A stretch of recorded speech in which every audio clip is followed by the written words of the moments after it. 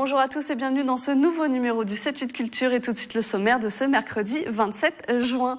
Du théâtre, du one-man, de la musique, de la danse. Pour sa saison 2018-2019, le théâtre Espace Coluche a un mot d'ordre, tous au théâtre. Nous ferons le point sur la programmation. Comme chaque année, l'Orchestre Symphonique Alphonse Daudet est en concert, un concert de musique légère où vous pourrez notamment entendre du classique comme de l'opérette. Et à Bougival, la Villa Viardot est en péril à l'abandon. La bâtisse est pourtant un lieu de foisonnement culturel. La cantatrice et son mari y invitaient de grands noms de leur époque. La villa a été choisie par Stéphane Bern pour bénéficier du loto du patrimoine. Plus de 30 rendez-vous pour tous les goûts. Au théâtre Espace Coluche de Plaisir, on vise une saison éclectique, Nicolas Kirillovitz et Jules Grenville pour la technique.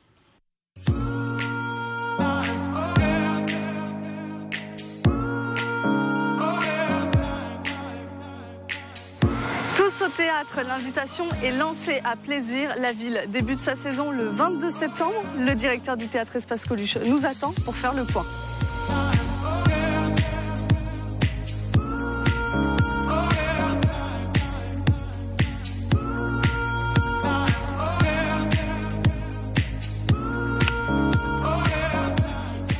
Vincent Desmond, bonjour. Bonjour. Alors 2018-2019 rimera avec diversité.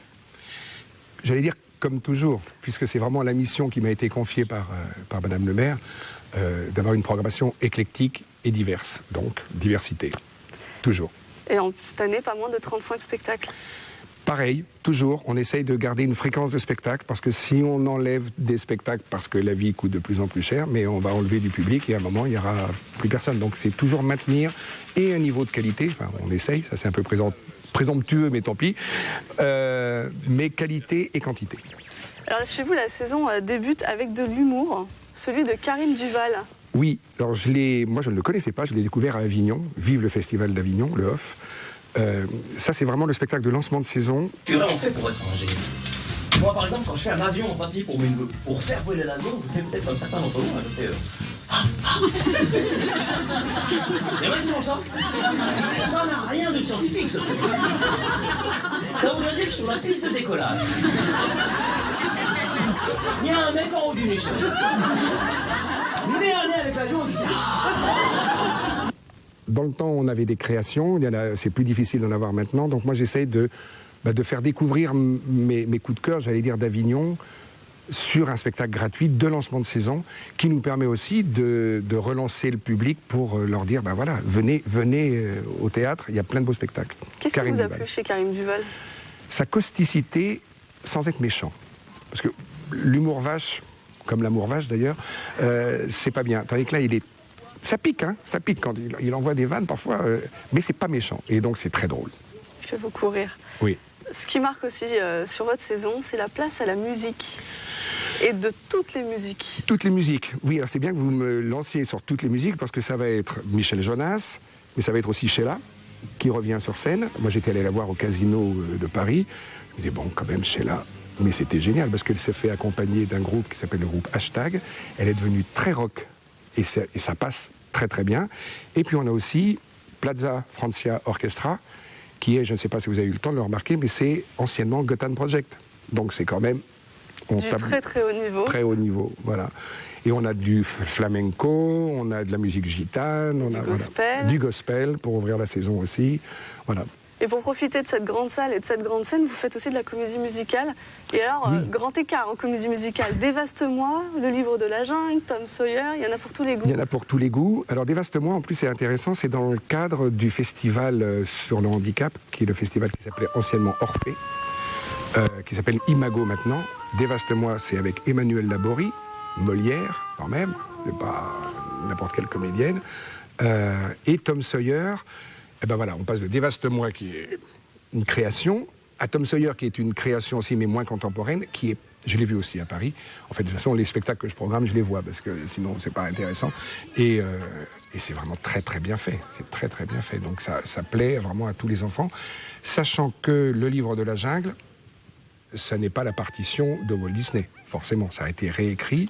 Et c'est le spectacle qui est offert par la ville aux enfants scolarisés à Plaisir. Il y a aussi une belle place pour le théâtre. On Toujours. trouve de grands noms de la De scène. grands noms. Il faut lire dans les distributions, parce que notamment il y a 12 hommes en colère. Ce gosse qui tue son père comme ça, sans sourciller.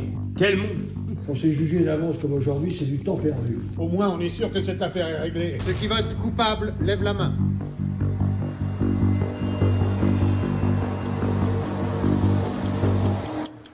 On se vote coupable. Vous le croyez innocent? Je n'en sais rien. Ah, vous étiez au procès comme nous tous. Une autre personne a pu poignarder son père avec un autre couteau. Et quand on suit, on va à la fin, en W, un certain Bruno Volkovitch. Absolument. Voilà. Et donc, 12 hommes en colère, je me souviens d'un ami qui m'a dit « Comment tu programmes 12 hommes en colère? Mais tout le monde connaît l'histoire. » Ben oui, mais elle reste absolument passionnante depuis le film. Et là, c'est vraiment très très bien fait aussi. On a 12 hommes en colère, on a Fausse Note avec, tenez-vous bien, pas des moindres, Christophe Malavoie et Tom Novembre. On a Meilleurs Alliés, qui est une compagnie, ce sont des comédiens belges, sur le dernier entretien, les derniers entretiens qu'ont eu De Gaulle et Churchill avant la guerre. On a Silence en tourne, qui est une comédie mais drôlatique, avec notamment Patrick Hautecoeur. Enfin, voilà, on a vraiment plein de pièces de théâtre dans tous les... Avec des petites pépites à chaque fois. On essaye, j'essaye, c'est ma dernière saison. Et votre dernière saison, on en parlera un petit peu plus loin. Voilà. S'il y a une petite surprise pour les spectateurs.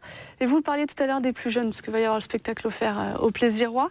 Vous les oubliez jamais, ces petits jeunes. Il y a Tom Sawyer notamment. Tom Sawyer, et puis c'est pareil, ça fait partie de mes missions, mais ça fait aussi partie des choses auxquelles je crois profondément, que les enfants, s'ils viennent au spectacle jeunes, alors on va les perdre à un moment, parce qu'il va y avoir le judo, le foot, la musique, etc. Donc on va les perdre à l'adolescence. Mais il y aura cette petite graine qui aura été plantée pour, j'espère, qu'ils reviennent au spectacle un jour. Donc on a toujours un spectacle par mois, le mercredi, ici pour les enfants, en familial. On a des spectacles pour les scolaires. Et puis ces grandes comédies musicales, spectacles familiaux, le dimanche en matinée.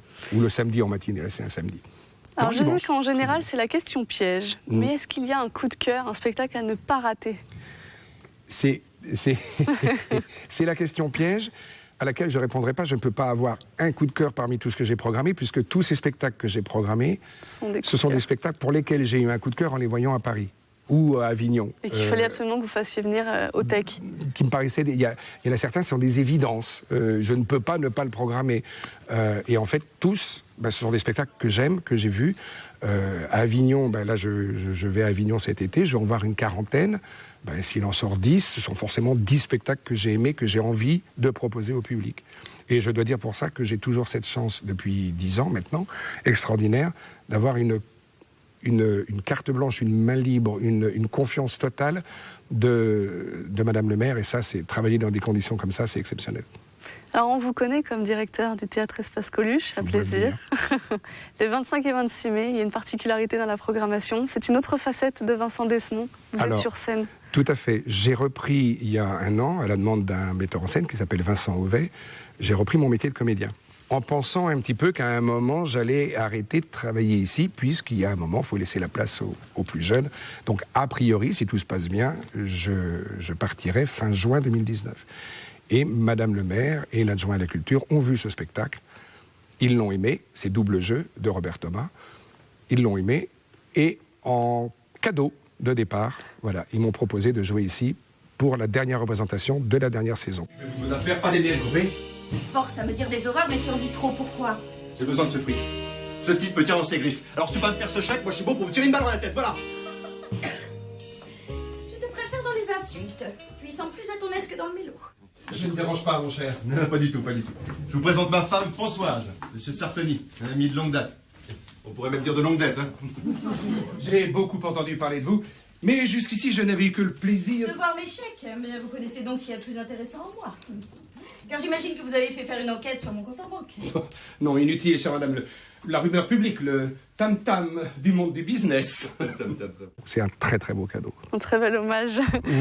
Oui, puis je vois bien que le public est intrigué de me voir. Donc il risque d'y avoir du monde. Toute la photo, on se dit « Ah, mais ne serait-ce pas le directeur ?» Voilà.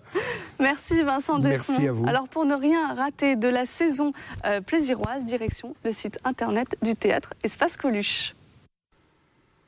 C'est la maison symbole d'une histoire d'amour poétique, celle qui liait l'écrivain Ivan Tourguenieff et la cantatrice Pauline Viardot. Un patrimoine aujourd'hui en péril qui sera restauré grâce au loto du patrimoine.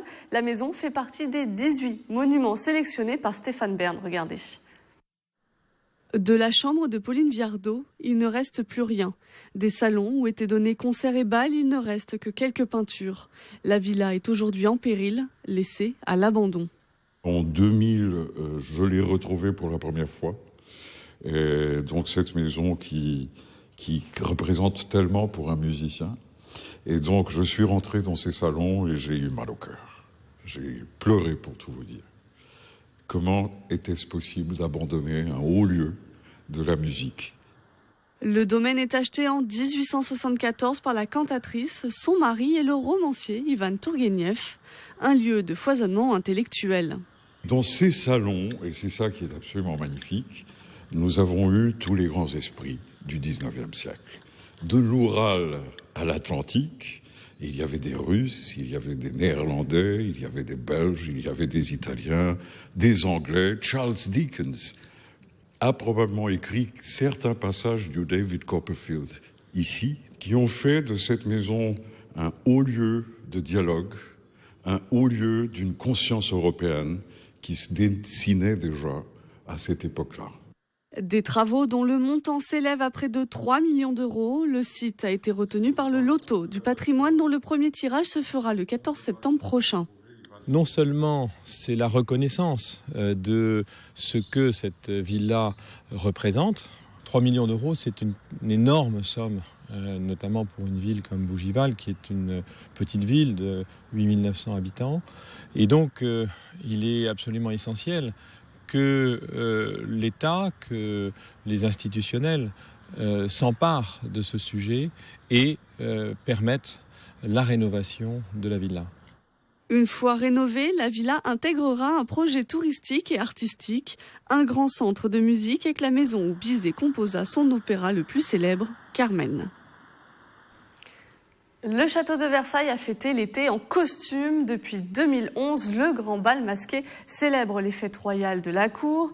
Une soirée de balade à travers les jardins pour profiter des grandes eaux musicales, conclue par un feu d'artifice d'une quinzaine de minutes. Plus de 2000 personnes ont le temps d'une soirée vécu le faste de Louis XIV. Les instants ont été capturés par Michael Elmidoro. Et pour prolonger le rendez-vous, les jardins de l'Orangerie vont se parer de feu à partir du 29 juin. Le collectif Pyrotechnique Groupe F célèbre la figure historique de Marie-Antoinette. Elle est racontée par Stéphane Bern, un extrait de la bande-annonce. Chers amis, bonjour, c'est Stéphane Bern. Cet été, le château de Versailles célèbre l'exceptionnel destin de la dernière reine de France, Marie-Antoinette, dans un spectacle pyrotechnique du groupe F.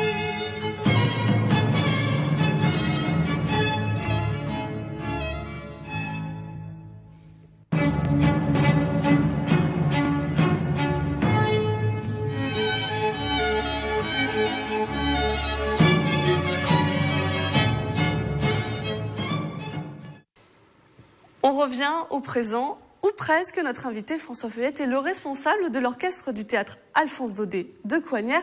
Et le vendredi 29 juin, c'est votre dernier concert pour la saison 2017-2018. Bonjour, tout à fait. Alors, je ne suis pas le directeur du théâtre Alphonse Daudet, je suis le directeur... Responsable de l'orchestre, voilà, de du théâtre l'orchestre Alphonse Daudet. Tout à fait. Alors, ce concert du 29 juin, c'est un concert de musique légère. Qu'est-ce que c'est que la musique légère ? Alors, musique légère, pour ce concert-là, ça veut dire musique facile à entendre, facile à comprendre. Ça va de un peu de musique de film, un compositeur américain qui s'appelle Leroy Anderson. Musique très sympa, très jolie, très poétique. Légère dans le sens, il y a moins d'instruments ou Non, légère dans le sens, c'est des œuvres courtes. Et puis c'est de la musique que vous dites un peu facile pour tout public, que les gens puissent trouver leur compte sur une musique un peu plus profonde et puis passer comme ça tranquillement sur une musique facile. Alors au programme différents styles, vous en avez nommé un, mais il y aura du classique, de l'opérette et de la musique de film. Tout à fait. Dans le classique, on va aller voir du côté de Edward Grieg, puisqu'on joue un extrait de Peer Gynt.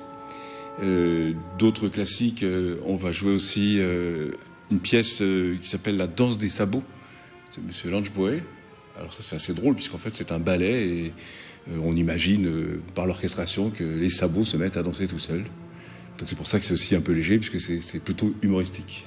Ce sont des pièces que vous redécouvrez ou que vous, dans votre carrière, vous avez déjà jouées, que vous rêviez de remettre avec notamment votre orchestre? Un peu des deux.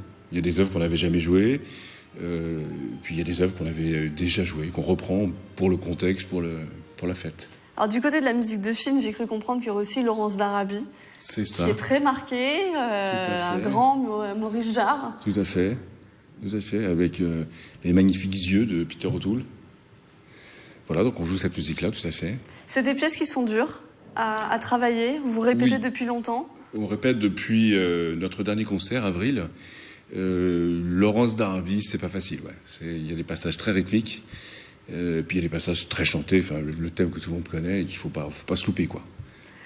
Alors sur scène, vous êtes 50, vous dirigez 50 musiciens et il y a une particularité, ce sont des amateurs chez vous. Tout à fait. Tous les musiciens ont donc un parcours musical avancé. Effectivement, ils sont, alors nous on dit non professionnels. C'est pour faire un peu la différence, parce que parfois, le mot amateur a une connotation un peu bizarre chez les gens. Donc voilà, non professionnels. C'est des musiciens de très très bon niveau. Il y en a certains qui sont passés par le conservatoire, d'autres qui étaient professionnels et puis ont arrêté leur métier. Et voilà, et donc ils font partie de l'orchestre. Alors ils font partie de l'orchestre et vous répétez chaque semaine. Ce sont des répétitions intenses, j'imagine. On répète tous les jeudis, de 20h à 22h au théâtre Alphonse Daudet. Alors de temps en temps, j'imagine que quelques professionnels se glissent parmi vous pour aider, insuffler peut-être un souffle. C'est ça. Quand on a des concerts, dans le cadre de la saison au théâtre, effectivement, on demande à des musiciens professionnels de venir. C'est ça, c'est donner un coup de bain, c'est donner de l'énergie, rassurer au dernier moment les musiciens. Et ça marche bien. Ça marche bien. Et ce sera le cas le 29 juin ou alors là, c'est les amateurs passionnés qui seront sur scène. Le 29 juin, on est tout seul. On est tout seul sur scène. On aura notre ami Jacques, qui lui est professionnel, qui vient jouer avec nous une pièce justement de Lauren Anderson qui s'appelle Forgotten Dreams. Magnifique page de piano. Et puis il avait envie d'être pianiste dans l'orchestre. Voilà, il a découvert ça l'an dernier et il a trouvé ça formidable, quoi, d'être un des musiciens de l'orchestre. Ce qu'on peut remarquer aussi dans votre orchestre, il y a de tous les âges. Tout à fait. Vous visez très très large et pour montrer que la musique est accessible à tous, c'est peut-être aussi l'idée de faire découvrir au public. Ah, moi je pourrais jouer aussi avec l'orchestre symphonique de Daudet. Alors il y a un peu cette idée, mais c'est surtout parce que il faut qu'un orchestre de musiciens non professionnels ait une moyenne d'âge qui n'avance pas trop dans le temps, parce qu'après c'est plus compliqué. J'essaye d'emmener les musiciens dans des programmes divers et variés, et si la moyenne d'âge est un petit peu avancée, c'est plus compliqué. Donc il faut avoir des jeunes, des moins jeunes, et en tout cas on essaie de faire le mélange. Il faut que les jeunes tirent un peu les moins jeunes et que les moins jeunes donnent leur métier, leur expérience. Et en plus ils ont une certaine... vous ouvrez en fait la fête de la ville à Cognères. Il y a une certaine responsabilité quand même pour vos musiciens. Il faut donner le souffle de ce dernier week-end de juin. Voilà, comme en plus le temps est de la partie, donc ça veut dire que le samedi il y aura plein de monde et plein de fêtes, un magnifique feu d'artifice, donc il faut que le vendredi on démarre par un feu d'artifice musical. Super. Merci François Feuillet d'avoir accepté notre invitation. Alors je le rappelle, votre orchestre se produit ce vendredi, c'est-à-dire le 29 juin, au Théâtre Alphonse Daudet de Cognères. Et les premiers mouvements de baguette du chef d'orchestre qui est avec moi, c'est à 20h30. On parle encore un tout petit peu musique, cette fois avec la fête de la musique. C'était jeudi dernier, le 21 juin. Bien sûr, mais certains mélomanes ont joué les prolongations. À Guyancourt, la fête, c'était le 23 juin, le samedi, à la batterie. Élève de l'école de musique, groupe en devenir ou confirmé, Nicolas Dandry pour les images.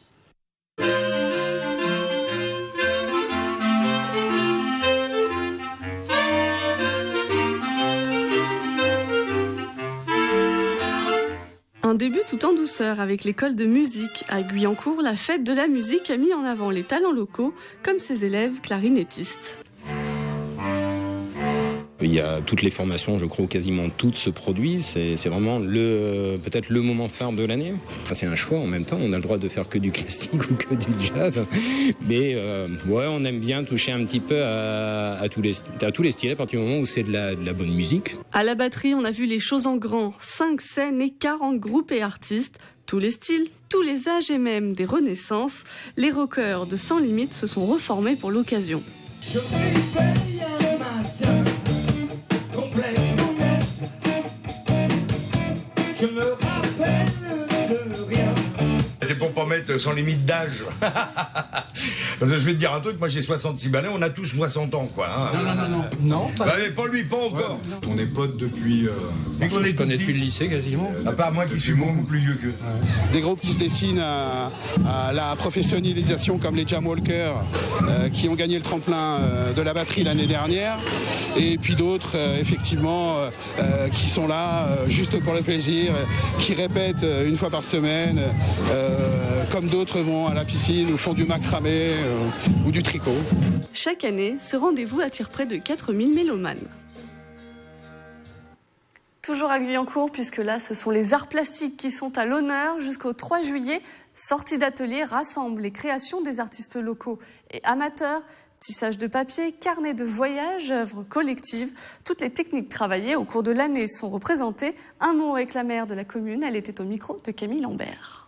À Guyancourt, on a une vraie richesse avec tous nos habitants et on a des artistes nés. Donc c'est bien effectivement tous ceux qui ont envie d'exposer, eh bien on leur donne cette possibilité. Et on voit des choses extraordinaires.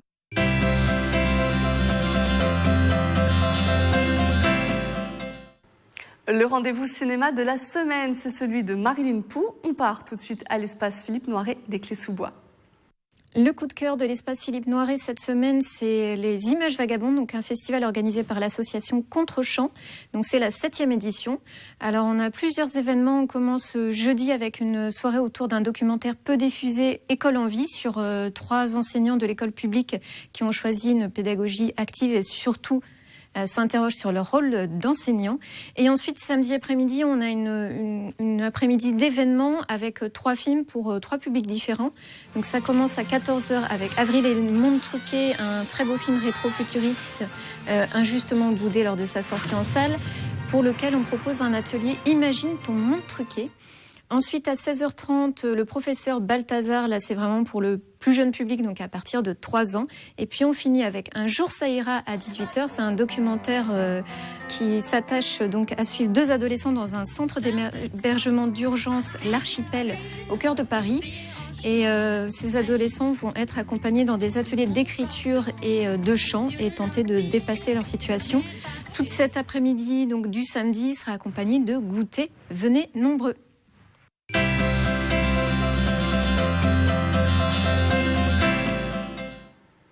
Encore quelques rendez-vous à noter dans vos agendas. À la Meurise, vous partez pour les États-Unis et ces bars clandestins, les speakeasy. La compagnie The Rat Pack vous fait découvrir un monde de gangsters, de cinéma, mais aussi de cirque. Au programme, machinois, danse et acrobatie. Déclic fête la fin de l'année avec son traditionnel tournoi intergénérationnel. Sur la scène de l'école de musique, de danse et de trap vont s'affronter toute la famille de Déclic, des plus jeunes aux comédiens professionnels. La réservation est par contre indispensable sur le site de la compagnie. Et avant de se quitter, une information sur 2 collectes d'objets notamment. C'est les villes de Magny-les-Hameaux et celle de Morpas qui sont à la recherche de photos, de documents ou d'objets de poilus de la Grande Guerre pour cette année 2018, cette année centenaire. Alors pour Magny-les-Hameaux, vous pouvez vous rapprocher du service de la vie associative. À Morpas, dirigez-vous vers le club de généalogie Racine de Morpas et Lancourt. C'est la fin de ce 7-8 Culture. Merci de nous avoir suivis. Vous pouvez nous retrouver en replay sur notre site internet tv78.com. Merci, à mercredi prochain.